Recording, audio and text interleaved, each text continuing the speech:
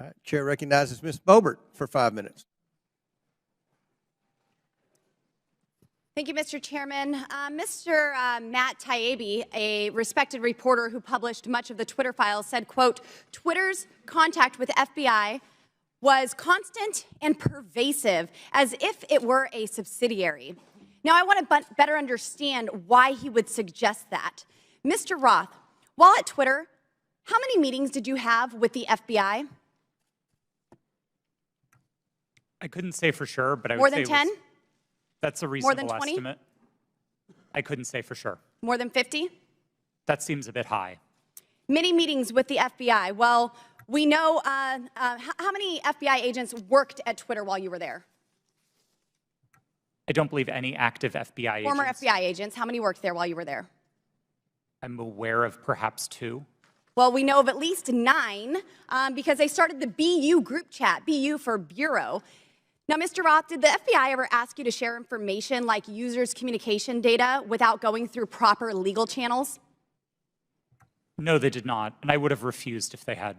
That's correct. I see that you denied Agent Chan's request for access to Twitter's data feed. What's sick isn't that you would deny it, it's that the FBI would even ask you for the private data of American citizens without going through legal channels of the law. Now, I want to remind you, Mr. Roth, that you are under oath. Did the FBI ever ask you to do anything that was illegal or questionably legal? I'm not a lawyer, but certainly not to the best of my recollection or knowledge. Now, from the hearing that I've been a part of today, it's almost impossible to tell where the FBI ends and where Twitter begins. We have Mr. Baker here, a former FBI agent, and there seems to be a revolving door between the FBI and Twitter itself. Even Mr. Baker said that there was no collusion with the federal government and Twitter. But Mr. Baker, that's you. You are the collusion between the federal government and the FBI. And now with it, this is such a problem because we're seeing censorship all over. Mr. Roth, Ms. Gaddy, did either of you approve the shadow banning of my account at Lauren Boebert? Yes or no? No, I did not. Not to the best of my recollection. Well, let me refresh your memory, because on March 12th, 2021, and Mr. Roth, I know you looked at it because Fascist Twitter 1.0 had a public interest exceptions policy, which means for members of Congress to be shadow banned, it had to go before you, Mr. Roth. So I'll ask again, did you shadow ban my account? Yes or no? Again, not to the best of my recollection. So the answer is, Mr. Roth, yes, you did. I found out last night from Twitter staff that you suppressed my account for this tweet. It's a freaking joke about Hillary Clinton being angry that she couldn't rig her election. It's a joke, but in response, being the sinister overlords that you all are, you placed a 90-day account filter so I could not be found. And now we see here that Twitter staff said the visibility filter on my account excluded me from top searches, prevented notifications for non-followers, and much more. This is considered an aggressive visibility filter. You silenced members of Congress from communicating with their constituents.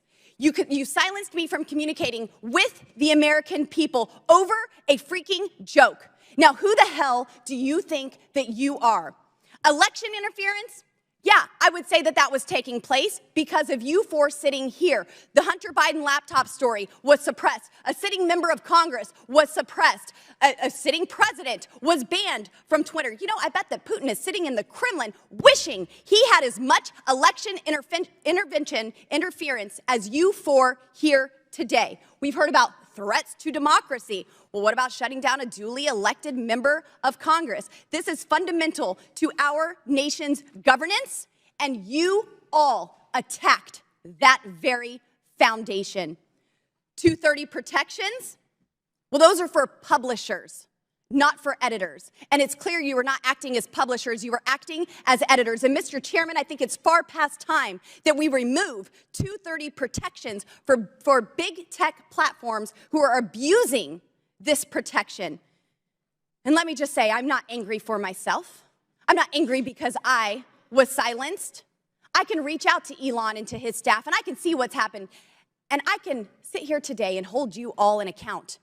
I am angry for the millions of Americans who were silenced because of your decisions, because of your actions, because of your collusion with the federal government. They can't reach out to Elon. They can't sit here today and hold you into account.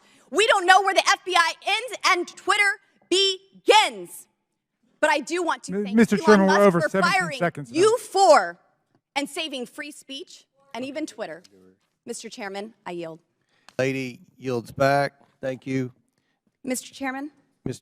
Boebert. I ask unanimous consent to submit 2 documents into the record, both from Twitter. Without objection, so ordered. Thank you. Chair recognizes Ms. Luna for 5 minutes. Thank you, Chairman. Mr. Roth? Mr. Roth, have you communicated with government officials ever on a platform called Jira? Yes or no? Real quick answer. We're on the clock. Not Yes to or the no? best of my recollection. Not to your no. recollection? Great. If you did, in the event, communicate, who would have had access to this platform? That's the nature of my confusion. Okay. Jira is Did you ever speak to government officials on Jira regarding taking down social media posts? Again, not to the best of my recollection. Can you explain to me why the federal government would ever have interest in communicating through Jira, mind you, a private cloud server, with social media companies without oversight to censor American voices? I want to let you know that this is a violation of the First Amendment, and the federal government is colluding with social media companies to censor Americans. Mr. Chairman, I ask for unanimous consent to submit these graphics into record. And Mr. Roth, I'm going to refresh your memory for you. This flowchart Without objection, behind so me. ordered. Thank you, Chair. This flowchart shows the following federal agencies, social media companies, Twitter, leftist nonprofits, and organizations communicating regarding their version of misinformation using Jira, a private cloud server. On this chart, I want to annotate that the Department of Homeland Security, which has the following branches: Cybersecurity and Infrastructure Security Agency, also known as CISA, Countering Foreign Intelligence Task Force, now known as the Misinfo, Disinfo, and Malinformation, MDM. This was, again, used against the American people. The Election Partnership Institute, or Election Integrity Partnership, EIP, which includes the following: Stanford Internet Observatory, University of Washington Center for Informed Public, Graphica, and Atlantic Council's Digital Forensic Research Lab, and potentially, according to what we found on the final report by EIP, the DNC.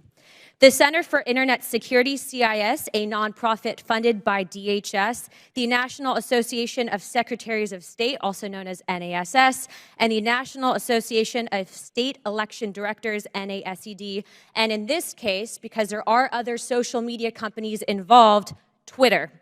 What do all of these groups, though, have in common? And I'm going to, again, refresh your memory.